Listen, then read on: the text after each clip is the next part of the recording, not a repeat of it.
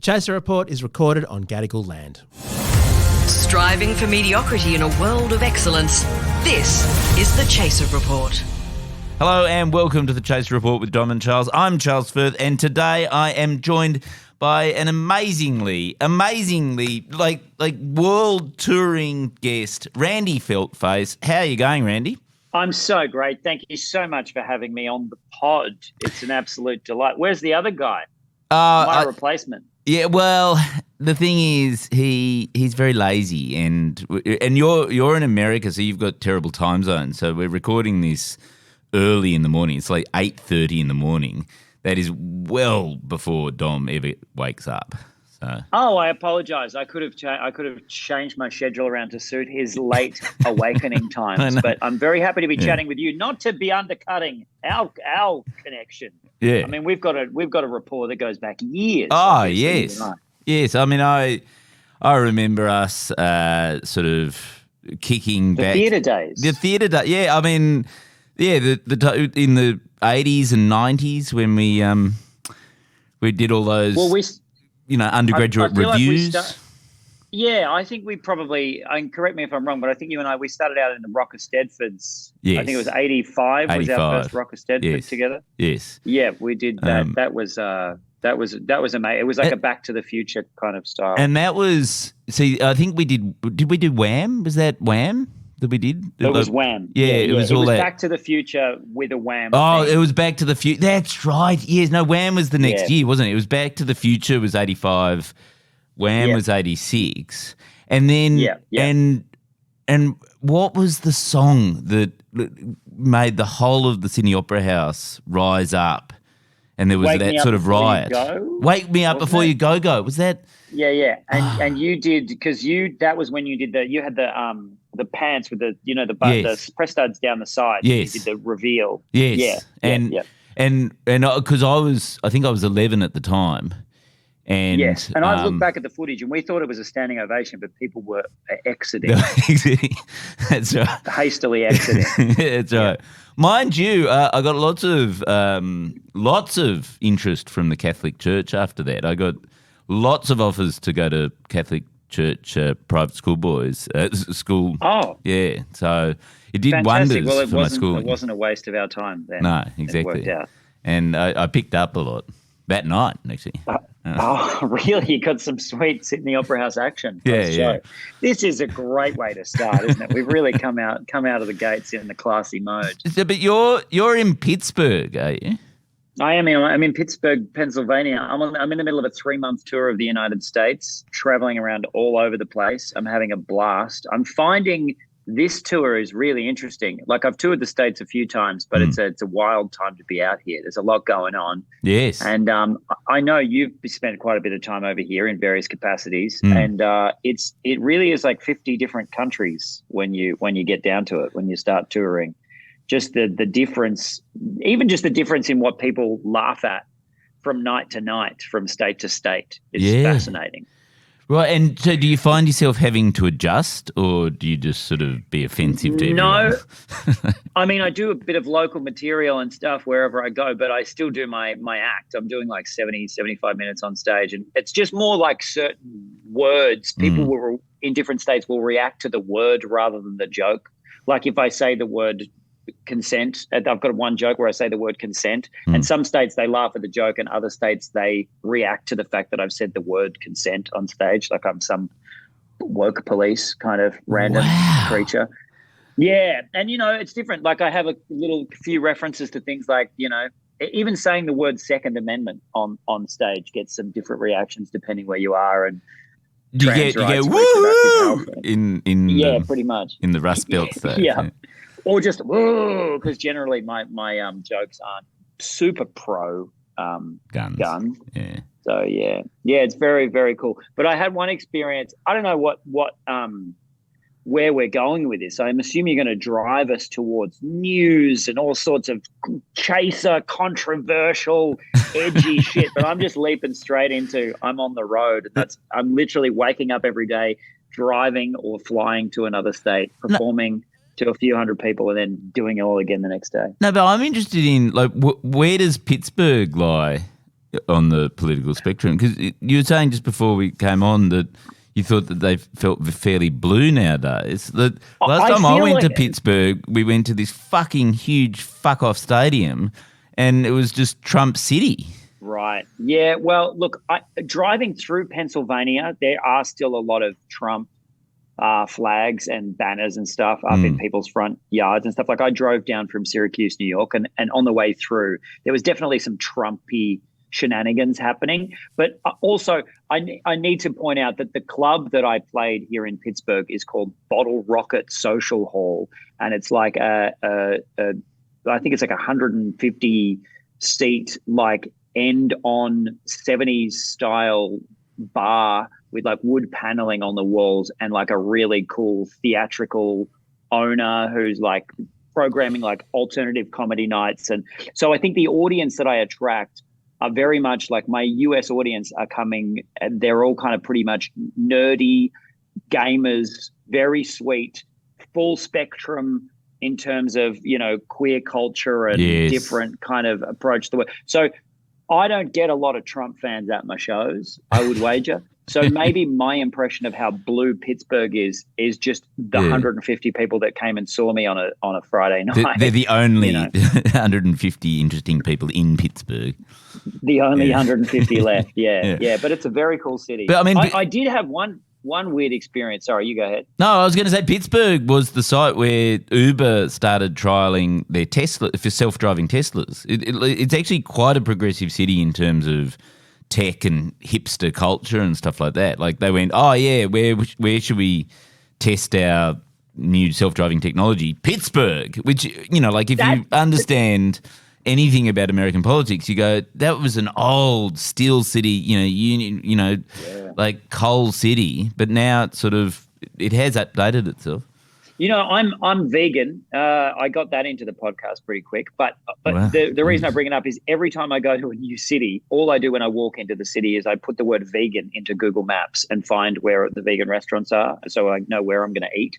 And Pittsburgh, terrible number, very limited on the vegan front. You know, any other city, that's how I judge the hipster level of the city I'm in. Yeah, here it's all. I mean, there is a lot of burgers and fries, and there's a lot of pizza joints and Uber Eats late at night. It's all. But there's no like sweet vegan taco that I can find on the street.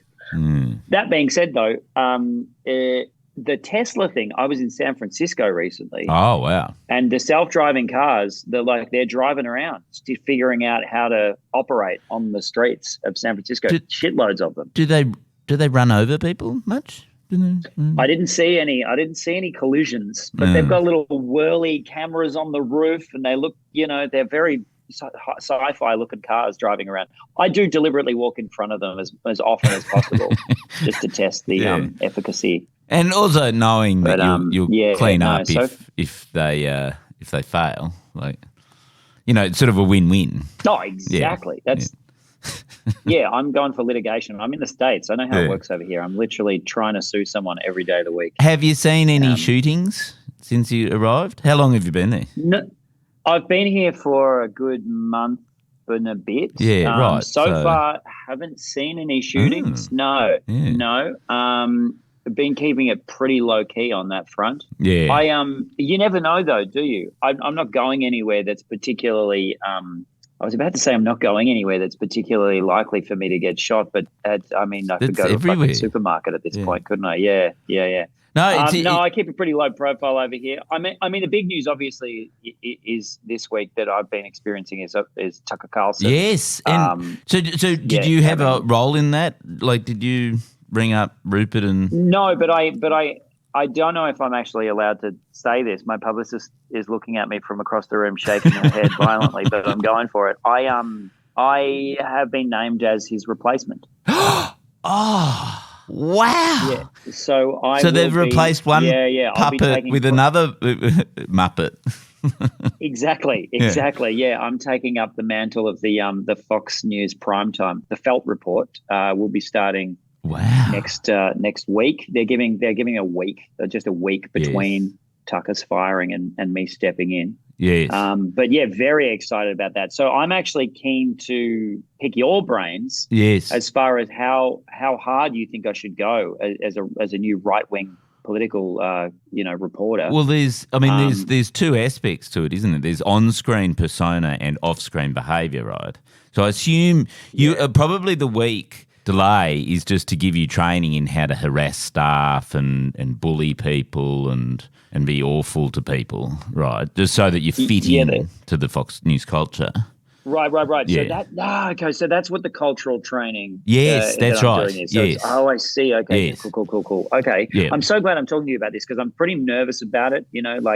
Having obviously spent 15 years on stage talking about veganism and being pretty left leaning. There's a lot of content out there for them to come at me and take me down. So any advice you have is how to make myself a little bit more red. Well, remember Tucker Carlson started out writing for New York Times Magazine and things like that. Like sure, he was a bit of a Nazi at high school and during his university days, but then he had a lot of embarrassing things where he was just a bit, not vegan style, but, that sort of left liberal journalistic culture that he had to sort of jettison the moment he got into Fox News. But I think what I would do if I were you is really lean into the Second Amendment as a starting point. So first episode, probably be holding a machine gun or something like that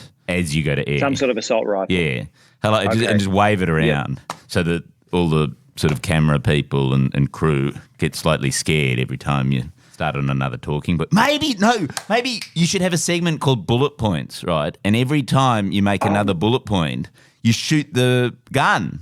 That is genius. Can I take that idea? Yes. Are you happy to sell me that concept? You can have bullet that. Points. Yeah. No, that's a freebie. Brilliant. Yeah. Okay. So you know what? Let's go one further. Let's call the show Bullet Points with Randy Feltface. Yes. And it's literally just me shooting targets. This week, shooting like a cardboard cutout of Biden. Yes. He's running for re-election. Bang. Yes. This is my... Oh, my God, that's genius. Yes, I love it. And then the thing is, and I think the other thing is you got to get straight out of the way of the vegan stuff. Like you got to jettison that whole persona right immediately by maybe having a vegan as the first person you shoot. And then maybe a cow. and just eating the cow. You shoot the cow at the beginning of the episode. By the end of the episode, you're eating it. And, well, that could be another segment. And I could actually shoot it and... Yeah. Don't have a cow. I could shoot it Don't have it, or just have a cow. Yeah, have a cow. I could shoot it at the top of the segment and then have somebody sort of work on it, slaughtering it in the background. I reckon that's a fact checking. That's your fact checking segment, and it should be called Total Bull, right? And I love it. The person who's working out whether something's total bull or not bull, right? Yeah. Then the way they work it out is how would it work? Maybe there's two cows. You've got two cows. Two cows, one with the false statement, one with the what the truth that we want to push. Yes. Maybe they're just written on the top of the cow or something like that, on the side of the cow. Yeah, like painted on the cow. Yes. And then you kill the woke cow. Yes. And you could do something like where, like in each week, you could actually have another cow, which you also are going to kill, which is the sacred cows. So, every time, I don't know, treat people nicely or something like that, and then you just kill the sacred cow. That's perfect. Yep. Okay, this is good. Yes. I like this a lot. I think we're really onto something. So bullet points with Randy Feltface, have a cow, or total bull. We're really workshopping this. Do you want to come on board as a co-producer? I need this. I think I should. I think at this stage. The problem is I'm not very good at harassment. I sort of tend to usually be the person who is harassed. So you'll be the harasser. Yeah, okay, great. Yeah. I'll do the harassing. Listen, listen, you total fucking podcasting piece of shit. I'll do the harassment. Okay, I'm already away. Okay, yeah. I'm away. We're going to make a good team, I reckon. That's sort of. So, can I ask? Have you thought about how? Because you got to also shit on a whole lot of different minorities, right? Like, it's not just about racism in America. It's also you got to have the sort of, dog whispering or, sort of dog whistling around racism, but you also need some sort of angle on trans people and women. There's lots of minorities. Absolutely. Yeah. So how are you going to do that? Yeah. That's hard. That's pretty. I think that. Look, I think that the path has been really well laid out for me.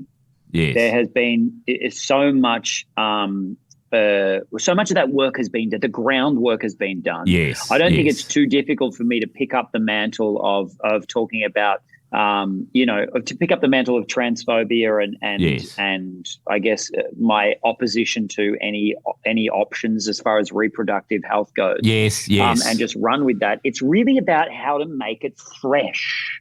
How to make it new and exciting. And I think that is what is going to be most challenging for me. Because how do you top Tucker Carlson? Yes. How do you one up? How do I bring something in and obviously shooting a cow live on the air, pretty good start.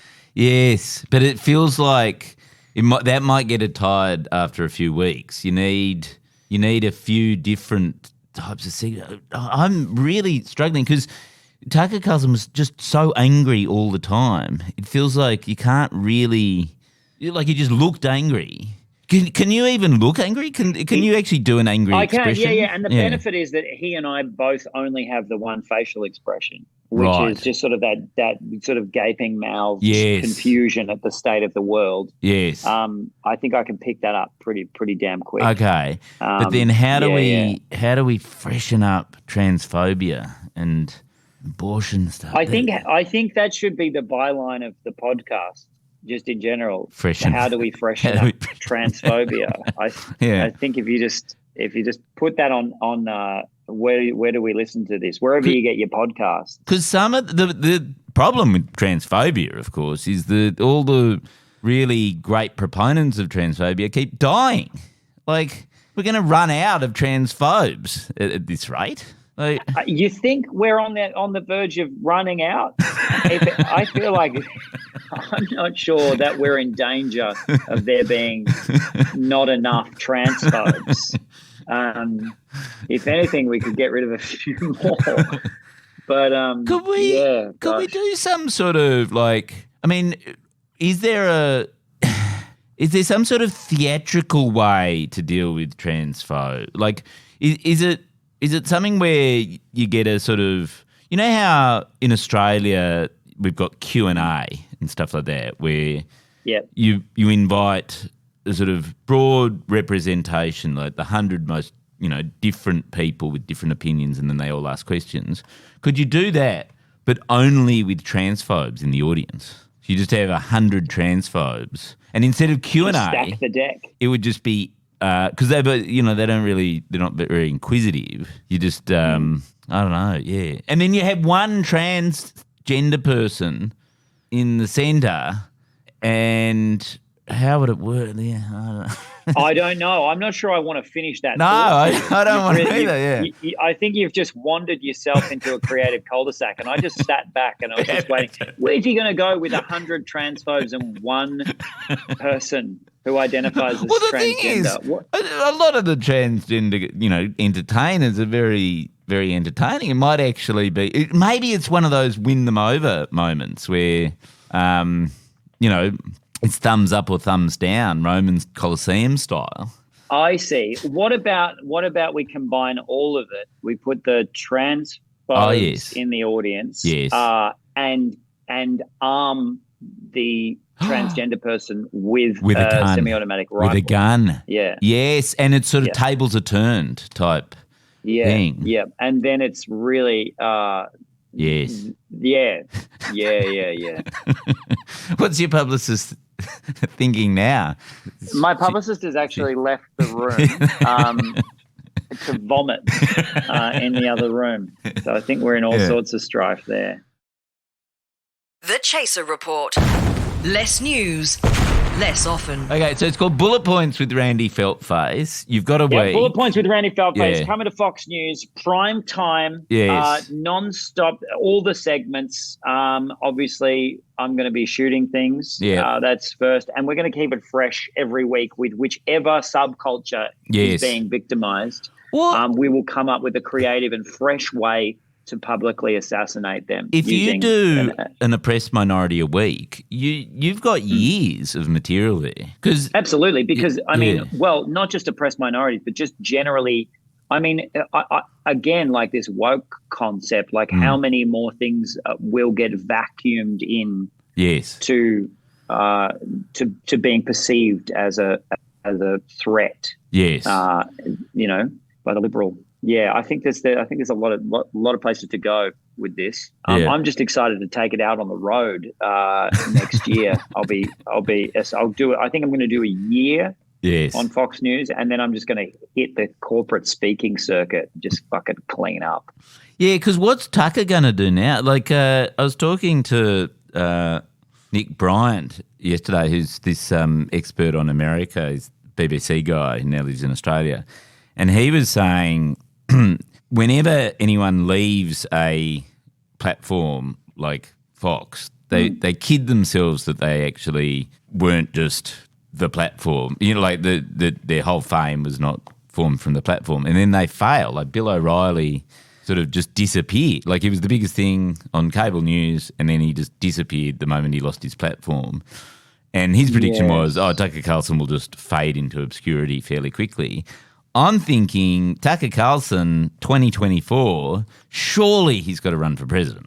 I think so. Actually, you think he's going to launch a campaign immediately? Like, because he'd have to announce his candidacy like now. Yeah, because you want to be at the peak of. Well, he said that he's going to go back and write for the Daily Caller, which is this far right website. And two of the articles on the Daily Caller within hours of him announcing that were speculation that he was going to run for president. And that's his own fucking website. Did he lose his podcast as well, or just his show? Because he had a podcast running simultaneously. Ooh, I don't know. I mean, I noticed on Twitter. I'm not sure if he lost. He updated his Twitter to be his own website name, tuckercarlson.com. I love that. I wonder how long until he starts selling supplements. But he's launching a litigation. He's launching a lawsuit immediately about his dismissal. So that'll drag out his his profile. Drag out his his profile. He'll be in the news for a little bit longer because the lawyer and Don Lemon got canned as well, right? Yes. So they both got the same lawyer, I believe. That guy. That guy. What's his name? Brian Friedman. That lawyer to the stars. And people don't know Don Lemon as well here as Tucker Carlson. Can you explain what did he do wrong? Oh, Lemon. I actually, fascinatingly, I'm not 100% sure either. I feel like that. I mean, Tucker Carlson was obviously. I think it's just the fact that Lemon kind of came out and talked about. Was it aging? He was talking about women aging. He was talking about how, I think he was just sort of... That's a good topic for your Feltface show, for your Fox News show. Women aging. He got canned from women aging. Like they shouldn't. More at 9. Yeah.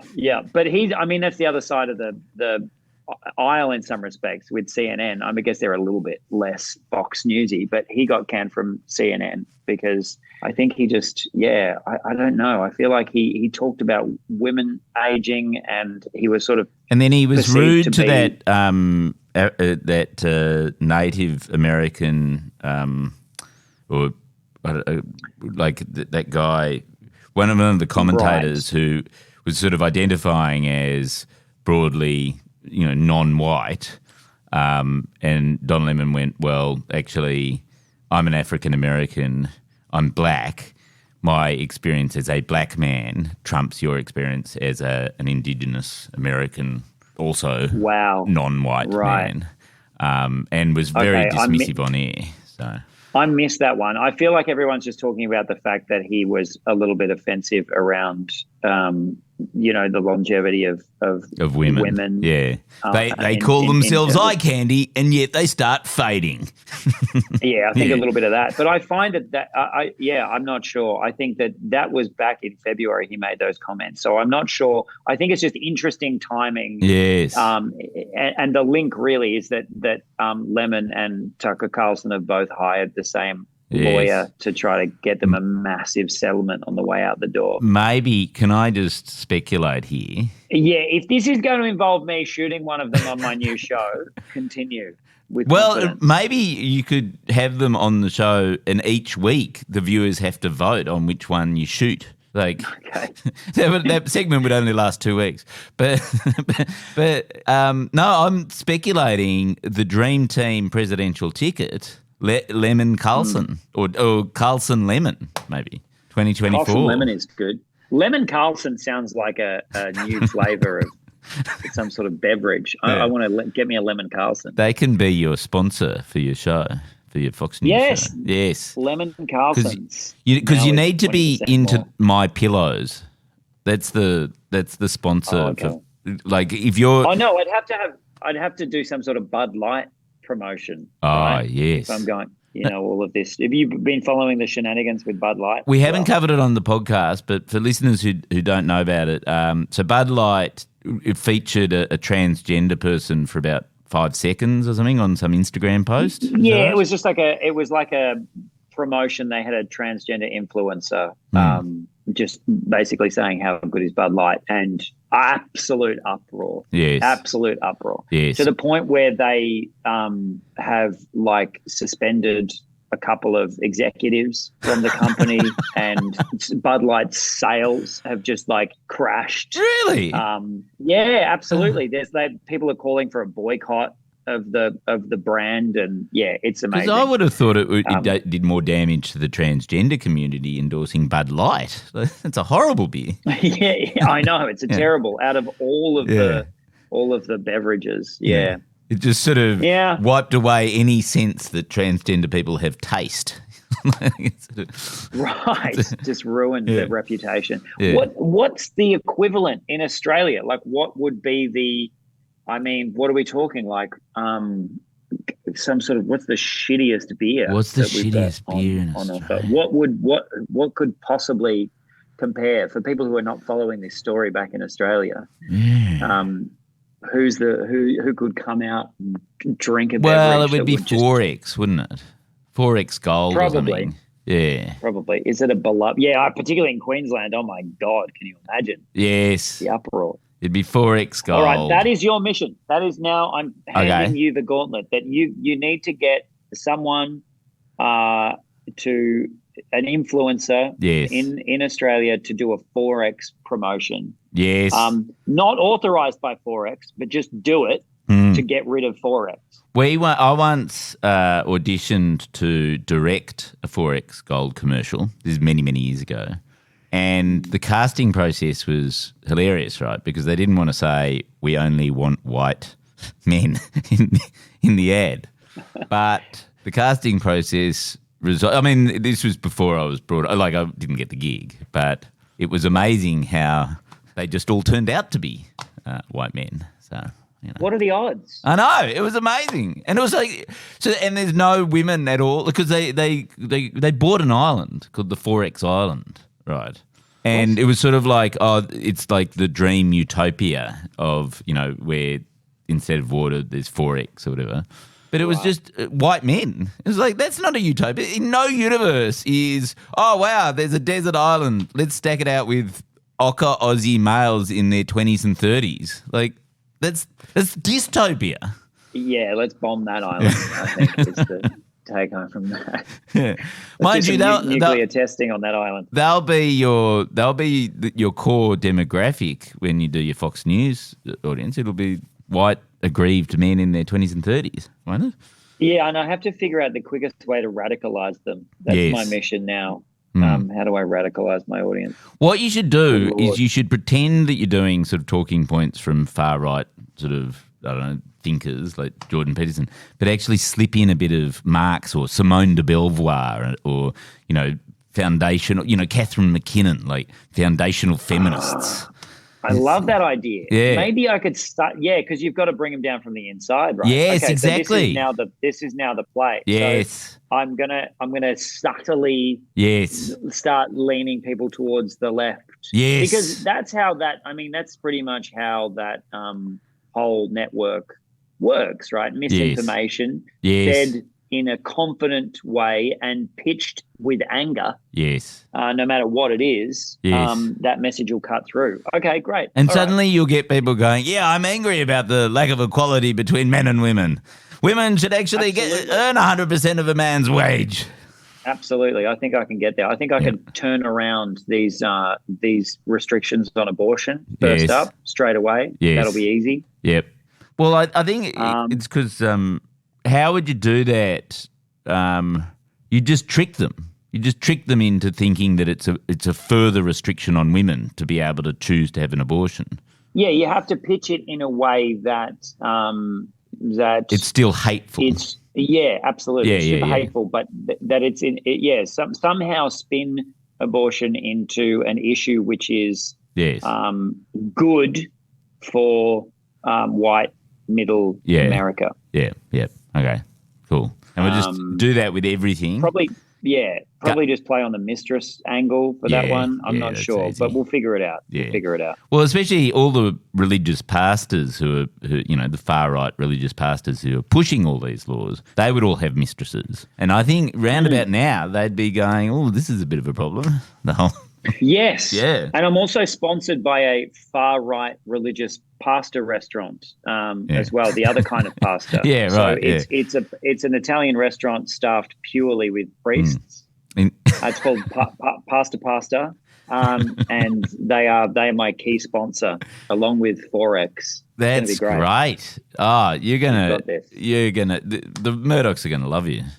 I got to say, if we walk away from nothing from this conversation, if we walk away from nothing else other than pasta, then I feel like this whole conversation has been worth it. Yes, and instead of unlimited breadsticks, which is what you get at the other pasta shop, Olive Garden, you could have unlimited communion wafers.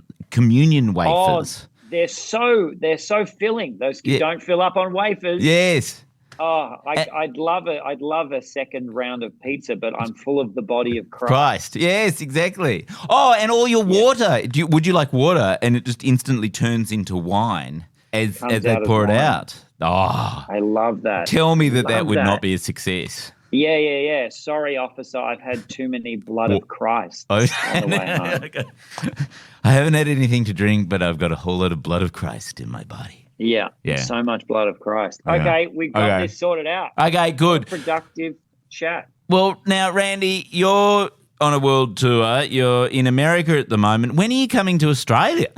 Oh, my gosh. I'm going to be there in all of July and August. I start my little tour through Australia, New Zealand, July, August, the Feltopia tour. Right. I'll be like everywhere, every capital city except Darwin. So to get tickets, and you should probably book soon because I'm sure it'll all be sold out, but feltface.com is where you get the tickets and the tour details for the Australian tour. Randy Feltface, thank you so much for joining us and congratulations on your new gig. Thank you so much. What a pleasure. And I look forward to talking to you again. And also just put the link in the bio for that giveaway for the free meal at Pasta.